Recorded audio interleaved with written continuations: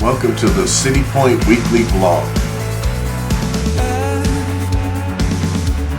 Feel the heat is rising, the flames on the horizon, they're at my door.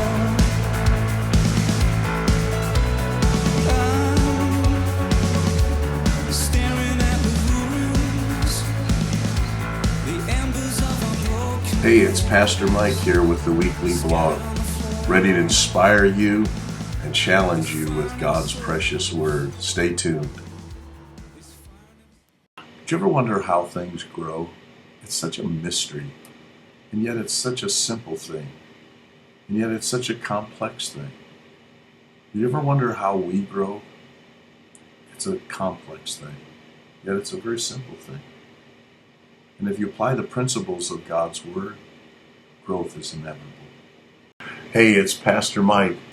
And it's good to be back with you after a couple of weeks off and away from the computer. And I know you've missed me and you didn't get to see my face and hear my voice. And so here I am right back with another video vlog. And that's the technical term. You know, some people write blogs. I'm doing video vlogs. And it's just a privilege to be with you. I want to thank everybody who kept things going while I was gone, and Pastor Dan, Jim, and Paul, and preached a great message. I listened to it on the podcast while I was down in Florida, and just thank God for everybody. This is a great church filled with great leaders and great people, and I just love them so much, and just makes my life so much easier and blessed because of their diligence and their commitment to excellence, and just the fact that I can leave and know that it's in good hands, and I don't fret and I don't worry. I just relaxed and got to make some great ministry contacts and met many pastors and had many encounters, and I mean it was an amazing time, but I'm glad to be home. I love my home. I love my home church. I love City Point, and I love what God is doing here, and I have no desire to go anywhere else or be anywhere else. I want to be here with you, and I thank God for you, and thank God for our team, and just everyone who's a part of it. And so as we get into this, you saw in this intro about the essence of growth, and growth is an amazing thing. And it's a mystery, you know, really, if you think about it, how you can put a seemingly dry, dead seed in the ground, and through warmth and moisture and sunlight, how it can grow into something amazing and multiply itself and feed and provide and nourish, and it's just an amazing thing. And it's a thing, you know, that I believe God has built into the universe. It's into our DNA that God plans and intends and wants us to grow. And healthy things grow. I mean, that's just a fact. Healthy things grow. And while we focus on the growth side of it, I think the key is focusing on the health side of things. That we should be focused on being healthy, because healthy things will grow. Now, when things are sick, growth is hard. Growth is sometimes going to be stopped, and growth is not going to happen when things are sick. But when things are healthy, when things are whole, they can't help but grow. And so that's what we're looking at, and as we go into the month of February, and it's kind of the month that's, you know, around here that we just look to get through, and then the weather starts improving and we start thinking about spring and all the things that are coming, and because winter is over. But I think this is a great month to really focus on growth and focus on the importance of growth. And so Sunday, you know what Sunday is? Yeah, it's Super Bowl Sunday. Yeah, I got it. You know, and it's the sports maniac's biggest Sunday of the year. You know, the Super Bowl has become such a huge thing that it just boggles my mind, the monies that are spent and the focus that one football game gets around the world. The things around the Super Bowl have become so huge, and it just shows America's obsession and how we can take things over the top. And many times these things aren't even all that significant, but we make them really bigger than life. And here's a football game that's going to, go 4 quarters, but everything around it and leading up to it is going to surpass it and even dwarf the game itself, because the Super Bowl has turned into just a money machine. I heard the tickets in the nosebleed section for the game are running upwards of $5,000 a ticket, and that more money will be gambled on this game than any game or sporting event other throughout the year. And food-wise, that more food will be consumed Sunday around the Super Bowl than any other time in our year other than Thanksgiving. So it's the number 2 day in food consumption. In fact, here's an interesting statistic that means nothing, but Americans will eat 1.2 billion chicken wings Sunday. That's like 125 million pounds of chicken wings. I mean, think about it. Think about all those chickens running around without their wings. I mean, it's just crazy. Americans will drink 325 million gallons of beer Sunday, enough to fill like 5,000 Olympic-sized swimming pools.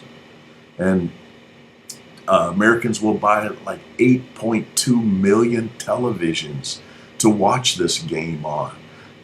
30 million jerseys will be sold with either probably Manning's name on it or Cam Newton's name on it, because that's what you do. You buy the team you're rooting for their gear.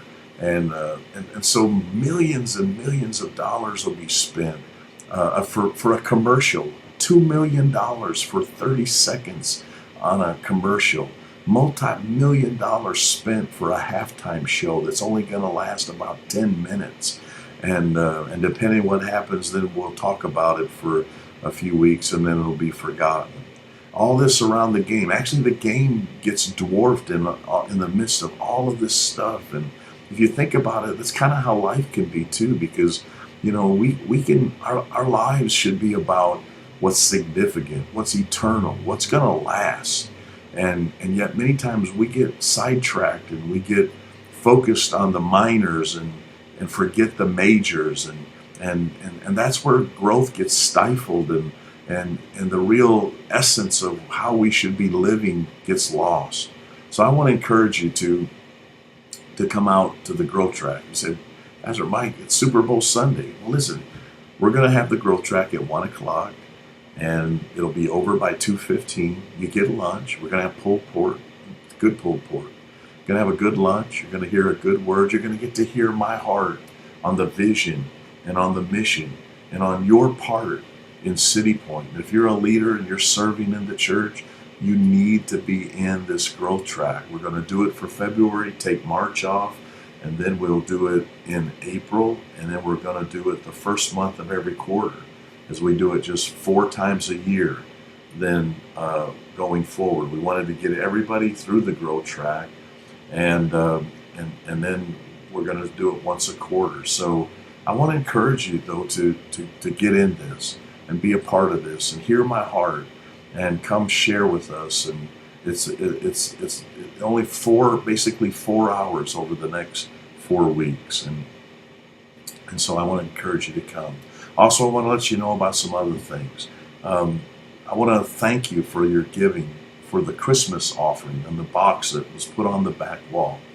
And the idea is that every week people are dropping money in, and we come to Christmas time next year. We want to have a fund that we can do something extravagant, do something with great generosity to bless a couple of families. And so for the month of January, I just want to let you know that you gave $350 into that box, which is awesome. And so I just thank you for that. But I'm going to let you know each month, what was brought in, and this is not to nag you or not to work you but just to give you the report. But I also do want to set a goal in front of you, because if we do 350 when we get to the end of November, and to see what we have to do for December, it would be about $3,750, and that would be awesome. That would be just amazing. But what I would like to see is to set us a goal of $8,000, where we can go above and beyond, and I think that is very doable. And I know it's hard to remember even to do something every week. In fact, I didn't do something every week. The first weekend we put it up, I walked by and I had $12 in my pocket, and I dropped it in. And then I didn't put anything in for a couple of weeks, and then I walked by and I had a 20 that I dropped in there. Because for me to think about it is hard. But when I did, I thought about, well, here's 3 cups of coffee, or here's what I would spend for a lunch or whatever, and so I'm asking you to keep it in mind, keep it out in front of you. I'm not nagging you, and I'm certainly not complaining, because $350 is a blessing, and whatever comes in is what we're going to do. So I just want to encourage you to be mindful of it, and I would love to see it go to about $700 to $800 a month. And we can do that if we just give it a little more thought, a little extra oomph, like 2 cups of macchiato instead of 1. So God bless you. I just want to run that by you. Also, I want to encourage you to come out for our prayer meetings, our Friday night prayer meetings. We're just doing these Friday nights because we have these 21 days of prayer, and we're going to be doing more prayer. It's not like, okay, we got that out of the way, let's go on to something else. But it's so blessed so many, and it blessed me that I told the elders, I said, I don't want us to drop this, agenda to go after God, that we want to make this a priority. So that will be our goal moving forward. Just keep going after God. And so come on out, join us in prayer and be a part of it. And then I want to thank all of our leaders and thank our volunteers and those of you who are serving in ministries. I appreciate you so much. Man, we just could not do what we do here without your participation. And for you serving on a host team, or teaching in kids' church, or being a city circle leader, or being an usher, it just means so much. And God, I just pray that God will bless you for what you're doing, and for your sacrificial service, and then for your giving and your support in every other way too, financially, your time, your talent. I just appreciate you so much, and I just want to say thank you. God bless you, and we'll see you Sunday at the Growth Track.